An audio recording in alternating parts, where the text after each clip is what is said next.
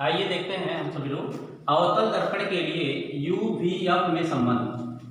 सबसे पहले आप लोग ये जान लीजिए कि U क्या होता है दर्पण में या लेंस में, V क्या होता है और F क्या होता है।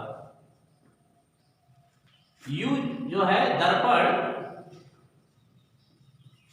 के ध्रुव से वस्तु की दूरी क्या होता है, ये दर्पण के ध्रुव से वस्तु की दूरी। V क्या होता है दर्पण के ध्रुव से प्रतिबिंब की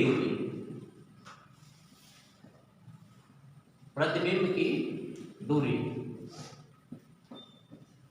और यह क्या होता है दर्पण के ध्रुव से फोकस बिंदु तक की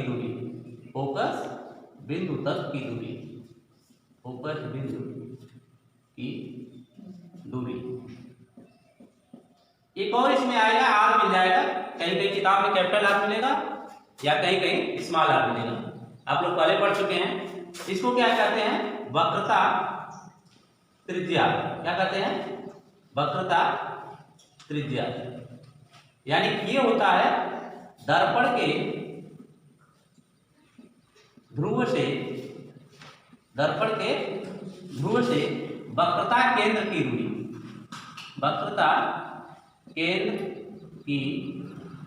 दूरी, कई किताब में आपको स्मॉल आर मिलेगा। और आर और एफ में संबंध पहले ही पढ़ चुके हैं आप। एफ बराबर क्या होता है r/2, ये चीज आप पहले पढ़ चुके हैं, इसलिए इसको बताया जा रहा है कि अभी जब हम सिद्ध कराएंगे, निगमन कराएंगे अवतल दर्पण के लिए U V तथा F में संबंध, तो उस समय इसका जरूरत पड़ेगा। आइए फिगर एक बनाते हैं, स्टार्ट करते हैं और यहाँ बनाते हैं एक अवतल दर्पण। अवतल दर्पण किसे कहते हैं सबको पता ही होगा।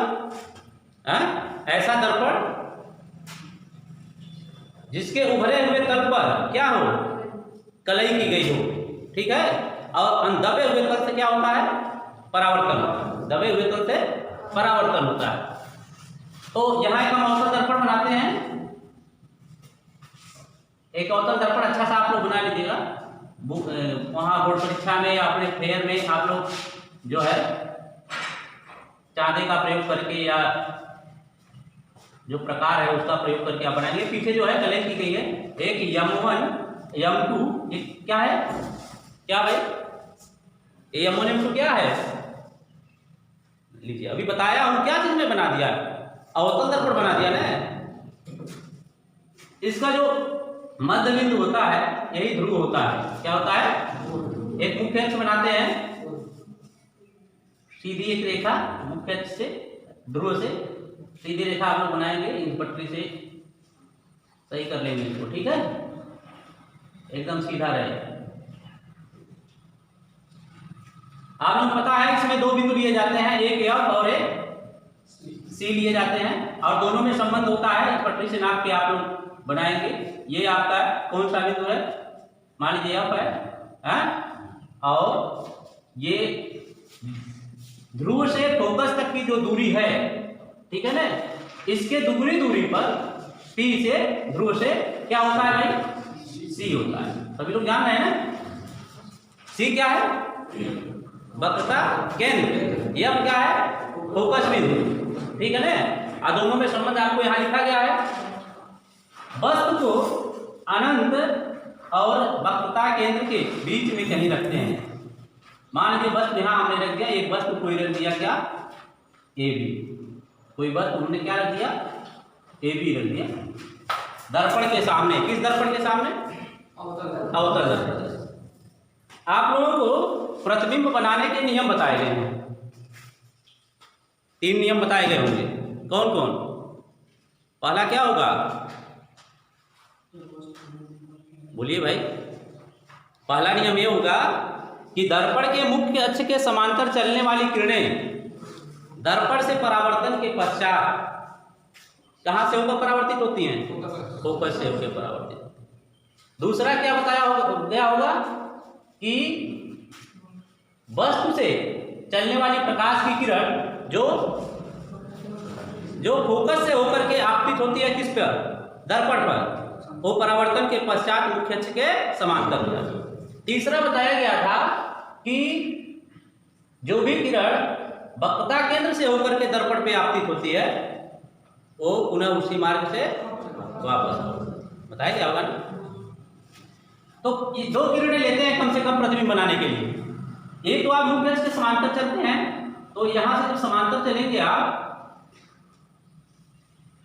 अच्छे ढंग से बनाएंगे, बीच की दूरी कहीं घटनी नहीं चाहिए। समांतर रेखाओं का क्या गुण होता है, ऐसी दो रेखाएं जिनके बीच की दूरी सदैव समान बनी रहे, अनंत तक बढ़ाई जाए फिर भी वो आपस में कहीं न मिले, ऐसी रेखाएं क्या कहलाती हैं, समांतर रेखाएं कहलाती हैं।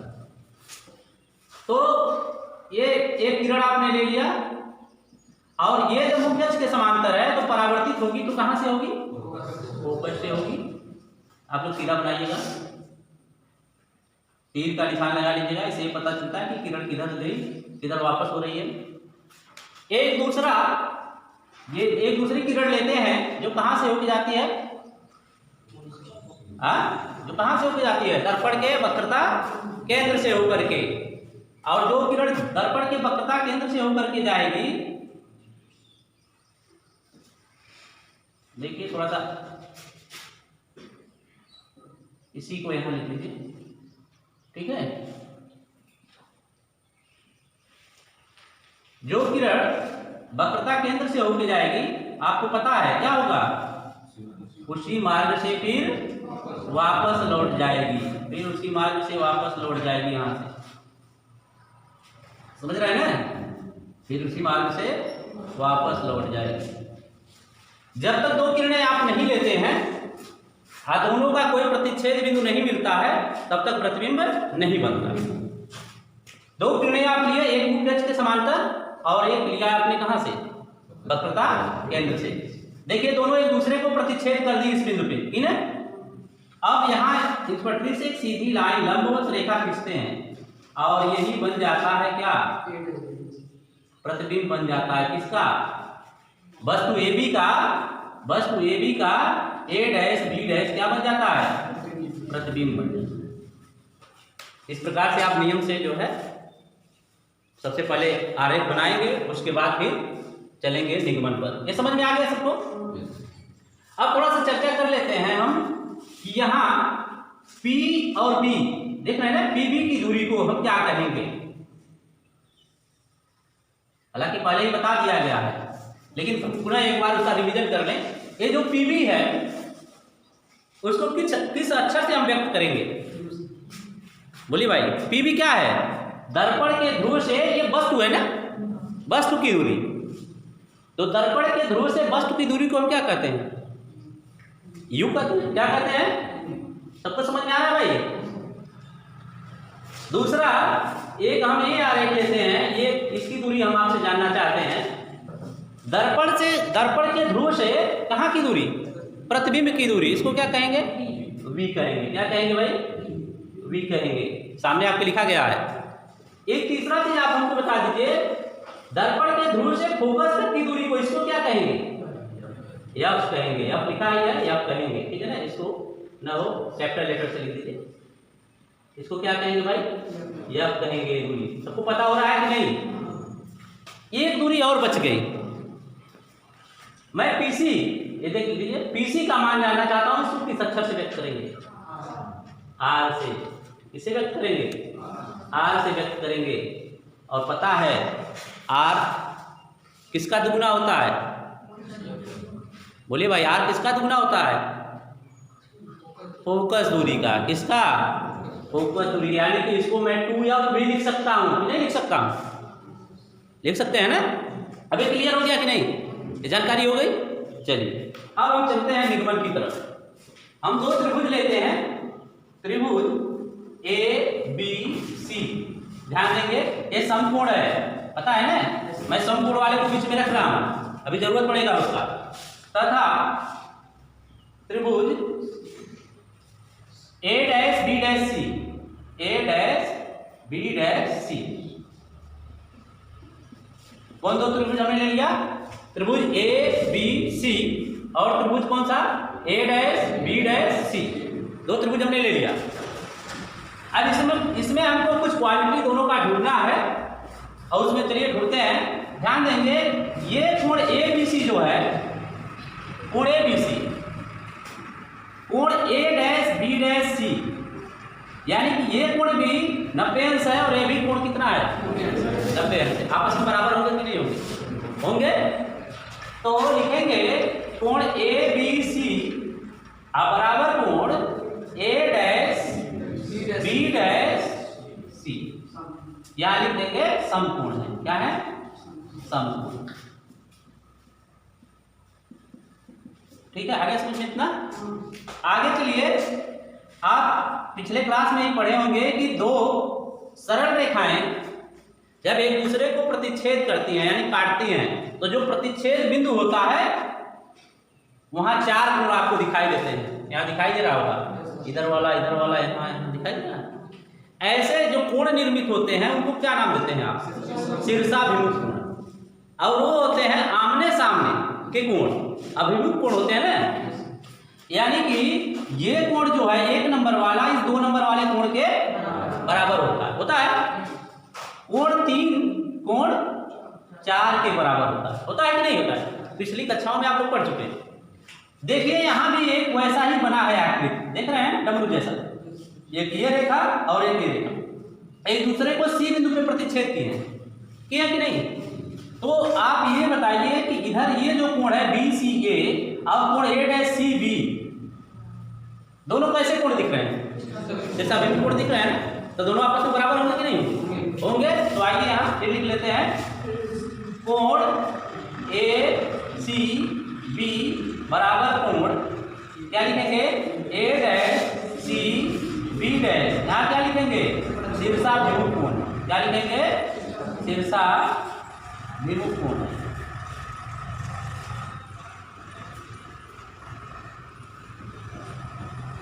ठीक है। अब एक चीज ये बताइए, मैं दो त्रिभुज बना दे रहा हूं आपके सामने समझने के लिए केवल। यहाँ को 2 त्रिभुज लिया गया है, इसको आप ध्यान दें, ये 30 अंश है, यहाँ भी 30 अंश है, ये 60 अंश है, ये भी 60 अंश है। यानी कि दोनों त्रिभुज में 2 कोण बराबर हैं, समझने के लिए बताया जा रहा है। ठीक है। तो ये बताइए तीसरा कोण बराबर होगा कि नहीं होगा? भाई ये दोनों प्लस करेंगे 90 डिग्री हो गया, तो ये कितना बचा? आई भी कितना बचा? यानी कि कहने मतलब ये है कि जब किसी त्रिभुज के 2 कोण आपस में अगर बराबर हैं तो तीसरा कोण अपने आप बराबर हो जाए। ठीक है, ये समझने के लिए बताया गया है। अब यहां देखिए दोनों त्रिभुज के, देख रहे हैं ना, ये 2 कोण बराबर है, तो लिख सकते हैं कि इसलिए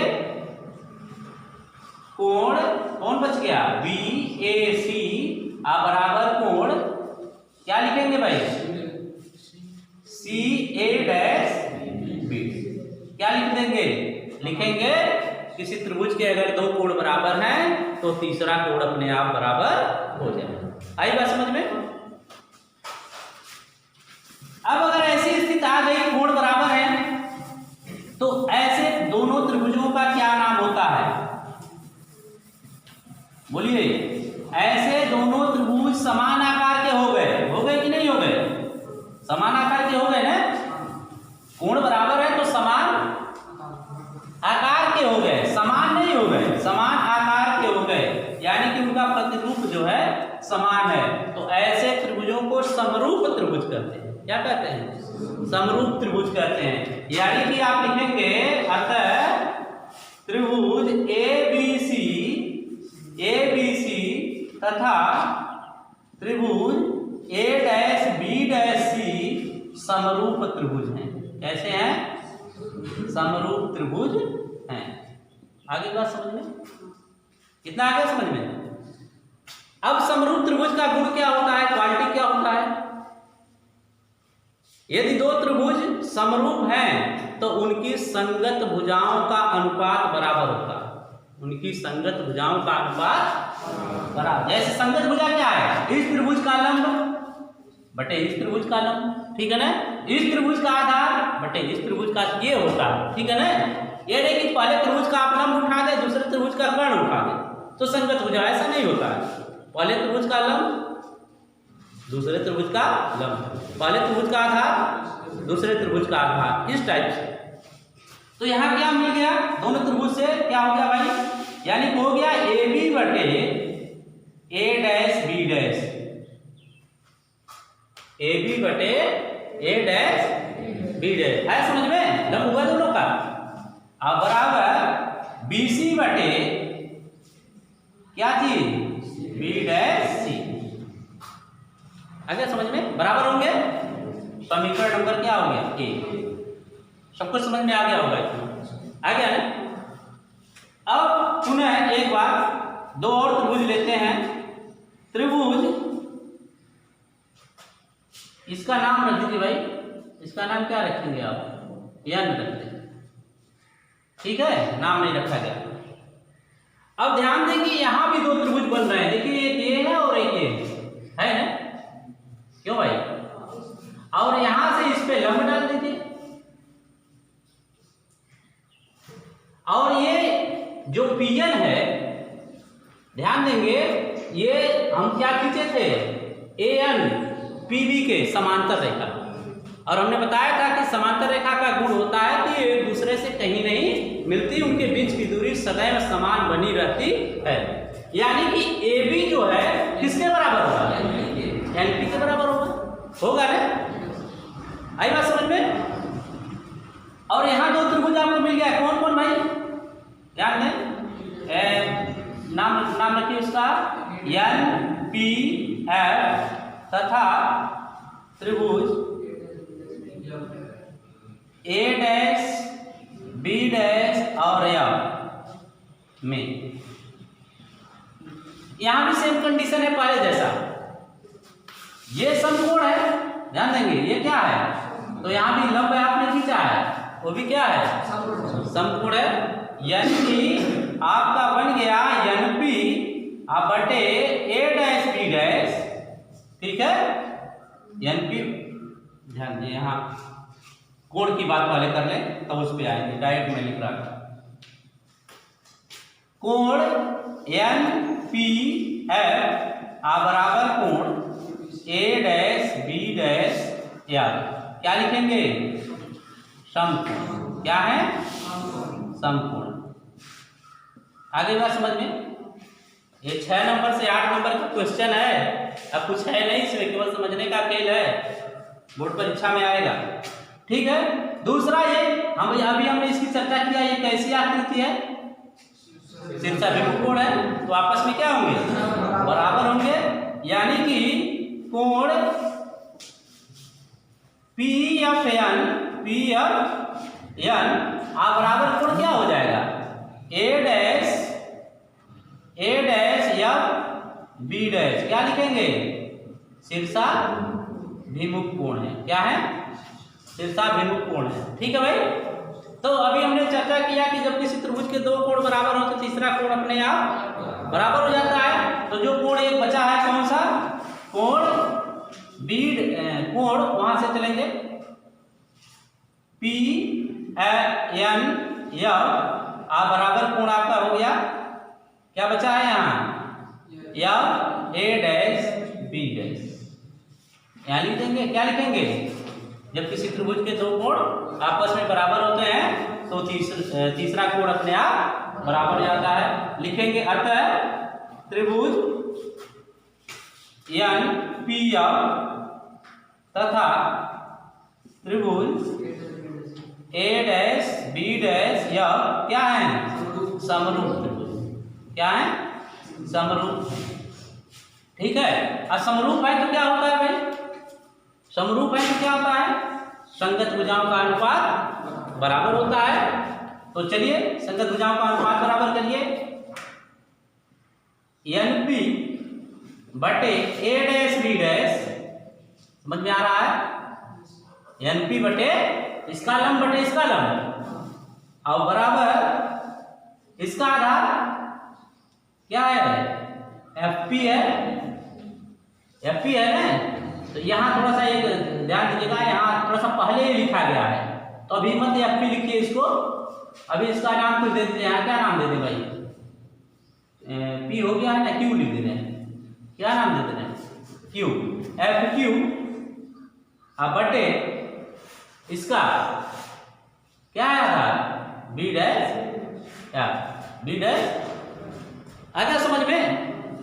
हमने एक छोटा सा नाम दिया है क्यू, चूंकि ये लंब खींचे तो यहाँ बी से नहीं ना आया है बी। अब देखिए एन पी किसके बराबर है, अभी हमने बताया, चर्चा किया है, एन पी किसके बराबर है, एन पी किसके बराबर है, इसके बराबर है कि नहीं है, वही दूरियान है। तो एन पी की जगह हम क्या लिख देंगे, ए बी बटे ए डैश बराबर, ध्यान देंगे यहाँ थोड़ा सा और परिवर्तन करेंगे, ये जो एफ क्यू है ये दूरी देखिए बहुत कम यहाँ डिफरेंस बचा हुआ है, पी और क्यू एक दूसरे से लगभग सटे हुए हैं, दिखाई दे रहा है कि नहीं दे रहा। अगर हम दर्पण को छोटा कर देंगे तो ये क्यू बिंदु पी पे हो जाएगा, क्यू बिंदु कहाँ हो जाएगा, अगर दर्पण का द्वारक हम छोटा कर दें तो एक क्यू बिंदु कहाँ मिलेगा आपको, यानी कि हम एफ क्यू को एफ पी भी लिख सकते हैं, यानी कि इसको एफ क्यू को हम क्या लिख देंगे, एफ पी बटे बी डैश एफ, पोस्ट में लिख देंगे यहाँ कि दर्पण का द्वारक बहुत छोटा हो तो बिंदु क्यू कहाँ होगा, बिंदु पी पर होगा, इसलिए एफ क्यू बराबर क्या हो जाएगा, एफ पी हो जाएगा। ठीक है, आई बात समझ में? ये हो गया समीकरण नंबर 2। समीकरण नंबर 1 यहाँ मिला था और ये हो गया समीकरण नंबर 2। अब दोनों समीकरण को जब आप ध्यान से देखेंगे तो आपको क्या मिलेगा, देखेंगे तो बायां पक्ष दोनों का बराबर है, बायां पक्ष दोनों का क्या है, बराबर है, मिल रहा है, ठीक है। और जब बायां पक्ष बराबर है तो दायां पक्ष भी ऑटोमेटिक बराबर होना ही होना है, क्यों भाई? लिखेंगे समीकरण 1 व 2 से, समीकरण 1 व 2 से क्या मिल गया भाई, BC बटे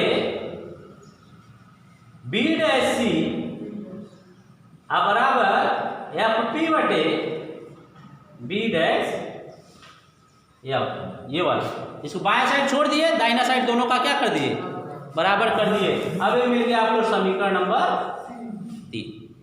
आ गया इतना समझ में? अब थोड़ा सा और इस पे अभी मेहनत करना है, रिजल्ट आने ही वाला है। अब यहां चलते हैं, हम BC को क्या लिख सकते हैं इस पे चर्चा करेंगे। ये जो BC दूरी है, B से C की दूरी, हम इसको जो है अपने इन रूपों में लिखेंगे, UVF के रूप में। BC को हम क्या लिख सकते हैं, ध्यान देंगे, मैं लिख रहा हूं, मैं इसको लिख रहा हूं PC PB माइनस PC, मैं लिख रहा हूं क्या इसको, PB माइनस, ध्यान देंगे पूरा वाले में से, यहां से यहां तक में से इसको काट के हम निकाल देंगे तो यही बचेगा कि नहीं बचेगा, क्यों भाई? PB में से यदि हम PC को घटा दें तो ये चीज बचेगा कि नहीं बचेगा, हमको यही चाहिए ना इतना, तो हम पूरे में से इतना को हटा दे रहे हैं तो ये चीज बच गया, मेरा बच गया ना, बटे बी डैश सी लिखा है, बी डैश सी, ध्यान देंगे बी डैश सी, ठीक है। अगर हम ये पीसी में से पीबी डैश को हटा दें, ध्यान देंगे पीसी माइनस पीबी डैश, तो ये बचेगा कि नहीं बचेगा इतना, क्यों? समझ में आ रहा है? जबरदस्ती नहीं, ध्यान से नहीं समझ में आए पूछिएगा। अगर इतना बड़ा कागज है पीसी, हमको केवल बी डैश सी निकालना है, इतना बड़ा कागज है तो हम क्या करें, इतना काट के निकाल दें यहां से, तो ये बच जाएगा मेरा छोटा सा टुकड़ा, बच जाएगा कि नहीं बच जाएगा? तो इसको हम क्या लिख सकते हैं भाई, पीसी माइनस पीबी डैश, समझ में आ गया? इधर आइए, एफपी तो आपको पता ही है क्या है, एफपी तो पहले से पता है क्या है, यहाँ एफ लिखा है ना उस दूरी, तो वहां नहीं लिखना है, जिसका नहीं पता था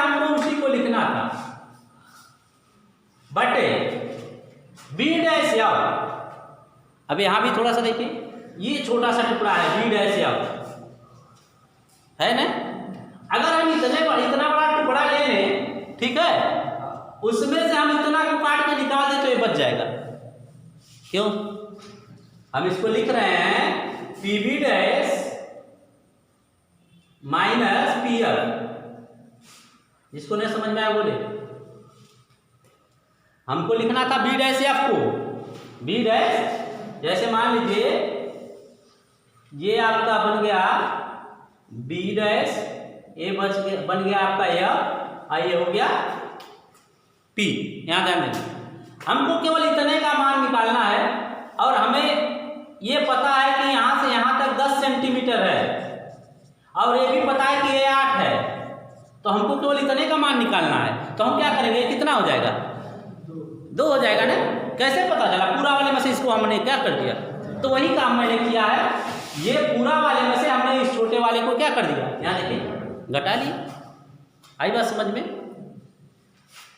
अब हमको मान रखना है, ध्यान देंगे, दर्पण का जब आपको बताया जाएगा कि यू वी एफ का चिन्ह क्या होता है, तो उस समय आपको ये पता चलेगा कि अवतल दर्पण के लिए ये तीनों ऋण में होते हैं।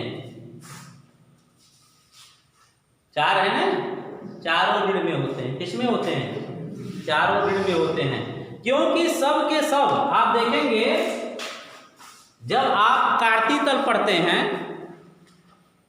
पढ़े हैं ना निर्देशांक ज्यामिति, तो मूल बिंदु से बाएं तरफ की सभी दूरियां कैसी होती थी? ऋणात्मक। अरे देखिए इसको मूल बिंदु, इसको यहाँ हम खींच दे एक रेखा, तो ये मूल बिंदु बन जाएगा। इसके सब किधर है? बाएं। तो सब की सब दूरियां कैसी होंगी? ऋणात्मक होंगी। अब ये जितनी भी चीजें लिखी जाएंगी सब का मान किस में लिखा जाएगा? माइनस में। पीबी, पीबी को क्या लिखेंगे हम? यू। लेकिन यू नहीं लिखेंगे, हम क्या लिखेंगे? माइनस यू लिखेंगे। क्यों? क्योंकि सारी दूरियां दर्पण के ध्रुव से बाएं साइड में। ठीक है, आई बात समझ में? माइनस, ये माइनस यहां पहले से है। पीसी, पीसी को क्या लिखेंगे? Minus are. आई बात समझ में? पीसी को क्या लिखा हमने? Minus R. ध्यान दीजिएगा कहीं गलती ना हो। फिर पीसी आ गया, फिर minus R, minus PB dash,